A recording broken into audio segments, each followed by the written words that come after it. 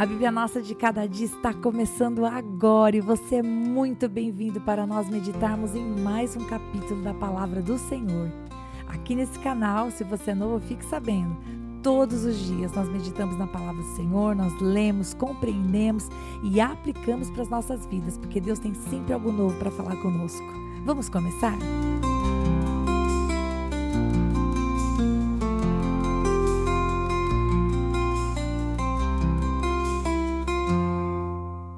Que alegria ter vocês aqui para nós meditarmos em Gênesis capítulo 21, um capítulo de ver o cumprimento da promessa, um capítulo que vai relatar para nós sobre o nascimento de Isaac. E logo no versículo 1, Moisés começa dizendo para a gente que o Senhor visitou Sara, como ele tinha dito, e cumpriu o que havia prometido.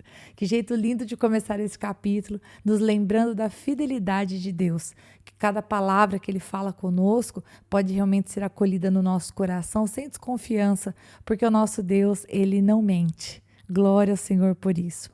E no versículo 2, Moisés diz para nós que Sara então ficou grávida. Deus restaurou, queridos, a capacidade dela gerar. Não sei se você se recorda ou se você está chegando no canal hoje, mas lá em Gênesis 18:11, nós vemos que Sara já nem mais menstruava. Deus fez realmente um milagre, trazendo a ela a condição de gerar. Além do que, ela havia sido estéril durante toda a sua vida. Realmente um grande milagre. E o versículo 3 vai dizer que então nasceu um menino e ele recebeu o nome de Isaac. E o nome de Isaac, ele significa ele ri. Deus havia dito para Abraão que eles deveriam colocar este nome no menino. E aquilo que poderia ser um significado referente ao riso, porque tanto Abraão quanto Sara, quando ouviram o Senhor dizendo que eles iriam ter um filho, depois de já não terem mais nem idade, de Abraão estar lá com seu corpo amortecido, ambos riram, cada um em uma situação. Mas aqui nós vamos ver que há um outro significado nesse capítulo. No versículo 4, Moisés vai contar para a gente que ele foi circuncidado ao 8º dia, como Deus havia falado com Abraão. Aqueles que fossem andar em aliança com Deus deveriam carregar esse sinal no seu corpo, e foi isso que ele fez. E o versículo 5 vai dizer então que Abraão já tinha 100 anos quando Isaac nasceu. Bom, só para que você se recorde, ou se você gosta de fazer anotações, Abraão tinha 100 anos, Sara tinha 90 anos, ok? No versículo 6, ela vai dizer assim: Deus me deu motivo de riso, e todo aquele que ouvir isso vai rir comigo. Com certeza nos é dado um motivo de riso, porque nós ficamos boquiabertos e ver o milagre que o Senhor fez.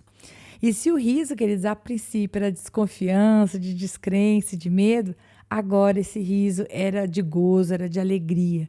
Agora ela estava vivendo o milagre. Deus havia tirado dela a vergonha, a tristeza de não ter um filho. Eles podiam ser ricos, ter bens, ele podia ser um homem benquisto, as pessoas podiam ver Deus através da vida dele, mas lá no fundo havia uma tristeza no coração de Sara por não ter ela abençoada para dar um filho para Abraão. E Deus agora estava dando para ela esta coroa, esta alegria. E então no versículo 7 ela vai soltar uma frase que expressava não apenas um pensamento dela antes de ter Isaac, mas também de todos. Ela diz, quem diria? É isso que ela diz no versículo 7. Quem diria a Abraão que Sara ainda amamentaria um filho? Olha só, veja que o Senhor, acredito que o Senhor poderia ter restaurado até mesmo a condição dela amamentar o seu filho, pois na sua velhice lhe deu um filho. E claro que pode parecer aqui que ela está falando de uma maneira soberba, mas não, né? Nós vemos desde o princípio, no versículo 6, que ela diz, Deus me deu um motivo de riso. E aqui no caso era Isaac, era um filho, mas que alegria quando nós estamos orando ao Senhor por uma causa e o Senhor traz uma resposta, chega o tempo da resposta. É realmente um motivo de riso. Nós ficamos ali com o nosso coração cheio, né? Regozijante. Muito bem, no versículo 8, Moisés vai contar para a gente que quando ele foi desmamado, foi dado um banquete, uma festa. E esse desmamado, queridos, pelo costume da época, seria mais ou menos entre os 2 ou 3 anos. Eu não encontrei uma fonte que me desse um ano com precisão, mas as fontes que eu encontrei falaram que era mais ou menos nesse período, entre 2, 3, no máximo 4 anos. E o versículo 9 vai dizer que Sara viu Ismael zombando de Isaque. Ismael era o meio-irmão, era o primogênito, era o filho que havia sido gerado através da escrava. Mas quem teve essa ideia foi Sara. Só que quando ela viu Ismael tendo esse comportamento com Isaque, ela não gostou. Era mais do que uma zombaria entre meios irmãos, porque a gente sabe que às vezes no relacionamento com os irmãos tem uma briga aqui, uma desavença ali, depois se consertam. Mas aqui, Sara viu como um problema, como uma desonra, esse comportamento de Ismael. E aí então ela vai até Abraão e ela vai dizer, no versículo 10, que ela queria que ele mandasse o filho embora e a escrava embora também. E o versículo 11 vai dizer para nós que Moisés ficou triste com aquilo, ele ficou incomodado, porque afinal de contas, ele era o seu filho. A Bíblia do Russell Shedd, no seu comentário, diz que as leis da época, que podem ser encontradas nos tabletes de Nuzi, se você quiser, você pode pesquisar esse nome no Google, indicam que não só o fato de o filho da esposa ter precedência sobre o filho da escrava em relação à herança, mas também que o filho da escrava não podia ser expulso depois do nascimento do filho da esposa, ou seja, com certeza o filho da esposa teria a primazia, mas o filho da escrava não podia ser mandado embora. E aqui, Sara, diante dessa situação, é o que ela pede a Abraão que seja feito. E Abraão não gostou muito daquilo, mas ele também não disse não. E naquela noite, versículo 12 vai dizer que Deus tranquilizou o coração dele, dizendo o seguinte: olha, a sua descendência vai ser chamada em Isaque. E ele vai dizer no versículo 13 ainda, Deus vai dizer: fique tranquilo, eu vou cuidar do menino, porque dele eu vou fazer uma grande nação, porque ele é teu filho. Ou seja, ainda que a aliança de Deus, a descendência de Abraão fosse ser chamada em Isaque, que era o filho que Deus havia prometido a ele, Ismael foi uma decisão dele junto com Sara. Enfim, Agar não teve nem voto porque ela era simplesmente a escrava. Ela foi posta nessa situação pela decisão dos dois. Mas o Senhor iria cuidar do menino. Nós vamos ver a história de Ismael e Deus realmente cuidou dele. Então, Deus assegura a Abraão que não haveria nenhum problema dele mandar o menino embora com a mãe, porque então Deus iria cuidar. E no versículo 14, na manhã seguinte, Jesus os despediu, queridos. A Bíblia diz que ele deu pão, deu um odre de água e mandou que eles fossem embora. E a Bíblia vai dizer, queridos, um cenário bem ruim, porque um odre de água e pão, eu diria, eu fiquei pensando, imagina o coração de Abraão mandando eles embora, mas Abraão não deu um animal de carga para eles andarem, Abraão não os despediu com uma provisão de comida maior, não, Abraão só deu o pão e a água. Honestamente, eu não consegui encontrar uma explicação para isso. E aos meus olhos foi muito triste ler isso dessa maneira. Mas foi assim que aconteceu. E aí então, enquanto eles estavam indo sem rumo, porque é isso que a Bíblia diz, versículo 14 vai dizer que ela saiu sem rumo pelo deserto de Berseba, e a palavra Berseba significa fonte do Sete, né, ou fonte do juramento, da aliança. No versículo 15, como era de se esperar, a água acabou. E Agar não tinha o que fazer. Então, o que foi que ela fez? No seu desespero de mãe, ela pegou o menino, colocou ele debaixo de dos arbustos, e eu fiquei imaginando essa cena de tão triste que deve ter sido, e ela se afastou deles, querido. Por quê? Porque ela não queria ver ele morrer. Sem água, o pão podia já ter acabado, não sabemos exatamente quanto tempo ela andou nesse deserto. E quando ela se afastou dele, ela começou a chorar em voz alta. Como aquela mãe, né, que você segura, mas na hora que você sai de perto do filho, aí você chora. E a Bíblia diz no versículo 16 que ela chorou em voz alta. E então no versículo 17, Moisés conta pra gente que Deus ouviu a voz do menino. Mas até aqui, o que é dito para nós é que quem chorou e quem falou em voz alta foi Agar. Mas o versículo 17 vai dizer que Deus ouviu a voz de Ismael, o que nos mostra que muito provavelmente Abraão havia ensinado a orar. Aliás, ele era circuncidado, ele foi circuncidado junto com Abraão. E então do céu, um anjo de Deus falou com Agar e perguntou: o que é que você tem? E logo na sequência, ele continua dizendo: você não precisa ter medo, porque Deus ouviu a voz do menino.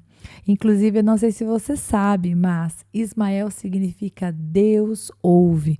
E se você quer saber um pouco mais dessa história, você pode voltar lá em Gênesis 16, versículo 11 e 12, que lá tem um pouquinho mais para falar com você a respeito de Agar, de Ismael, que foi em um episódio passado, caso você tenha perdido.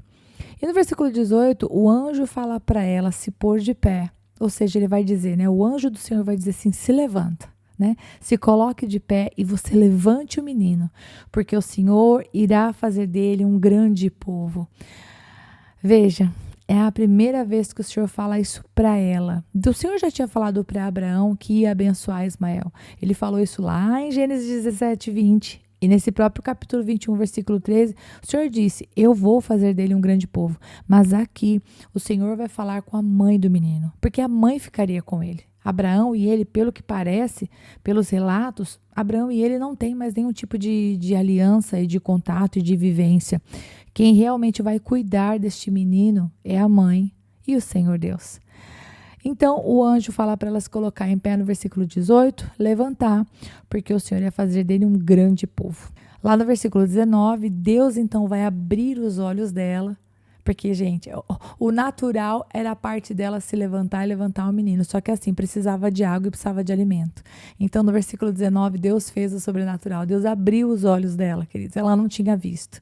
Ou ela não tinha visto porque ela estava cansada demais, ou porque ela estava triste demais, ou sem perspectiva, ou porque ela já não via mais saída. Porque, afinal de contas, ela vivia bem, vivia debaixo da proteção de Abraão, vivia debaixo de uma condição de ter alimento, de ter um lugar para reclinar a cabeça, para dormir, para tomar o seu banho, e agora ela estava sozinha com o menino. Mas ela não estava sozinha. Na verdade, ela não estava, o Senhor estava cuidando. Então, versículo 19 vai dizer que Deus abriu os olhos dela, queridos, e ela viu um poço de água. E ali ela encheu o odre do menino, deu de beber ao menino, e, ou seja, eles recobraram forças para recomeçar. Eu faço aqui uma observação. Observe que sim, o anjo disse para ela, se levante. E disse, levante o menino. Ou seja, ela precisava também tomar a atitude de decidir, eu não vou morrer nesse deserto. Esse aqui não é o meu fim. Mas quem deu a condição para realmente se manter de pé e ter a força para caminhar e ter a força para recomeçar foi o Senhor Deus. Foi Ele que abriu os olhos dela para que ela visse o poço. E aí nós vemos então no versículo 20, que Moisés ele vai meio que resumir no versículo 20 e 21 um pouco do crescimento, né, da continuação da história, do crescimento do menino. Vai dizer, Deus estava com o menino. Então, Ismael estava sozinho, abandonado? Agar estava com ele e Deus estava com o menino que cresceu, morou no deserto, sim, o Senhor o sustentou e se tornou flecheiro. Ele foi fazer algo, ele foi conquistar a sua caça, ele junto com a sua mãe batalharam a vida. E no versículo 21 vai dizer, ele morava no deserto de Parã e a sua mãe o casou com uma mulher da terra do Egito. Vocês se lembram que Agar era egípcia, nada mais esperado que ela casasse, né, ele com uma moça também do seu povo. E então, do versículo 22 até o 34, o que nós vemos é uma aliança entre Abimeleque, acreditamos que seja o mesmo Abimeleque dos filisteus, que teve aquele incidente lá com Sara, em que Abraão mentiu.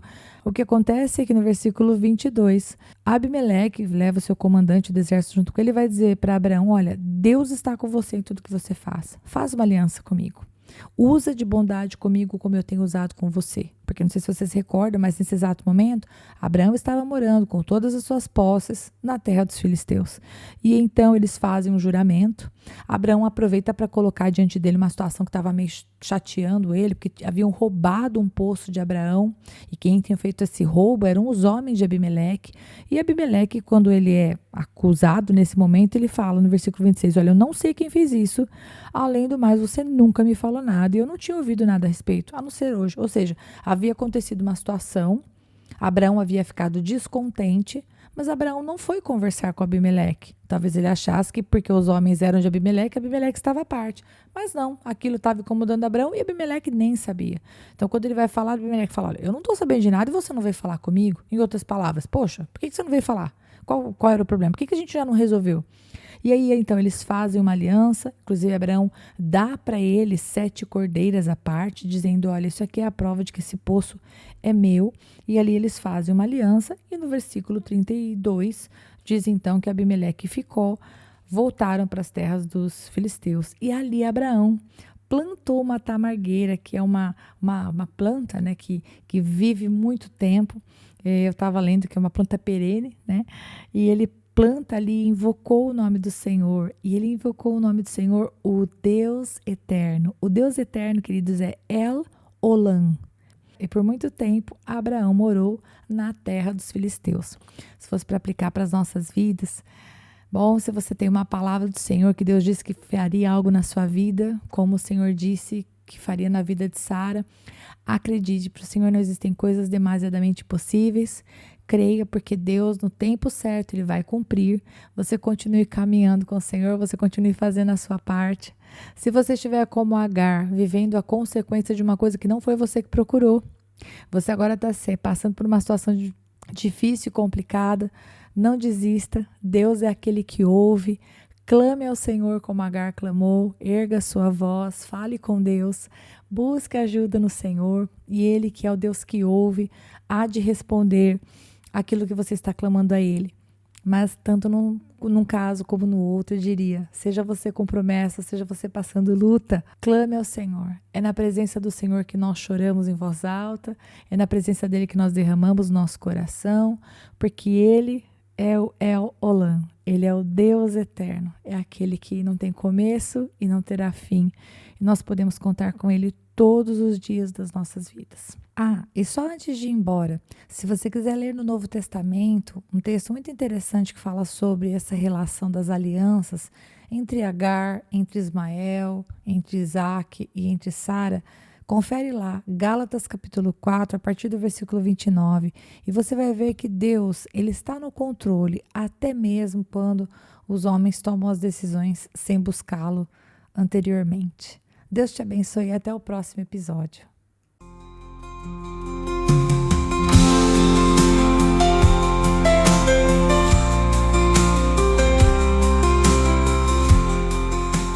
E se você ficou até agora, não vai embora não. Agora é hora de você curtir, comentar, compartilhar esta palavra, porque se ela abençoou você, ela pode abençoar outra pessoa também. E lógico, se inscreva no canal, ative o sininho, assim você não perde os próximos episódios. Deus te abençoe e até lá!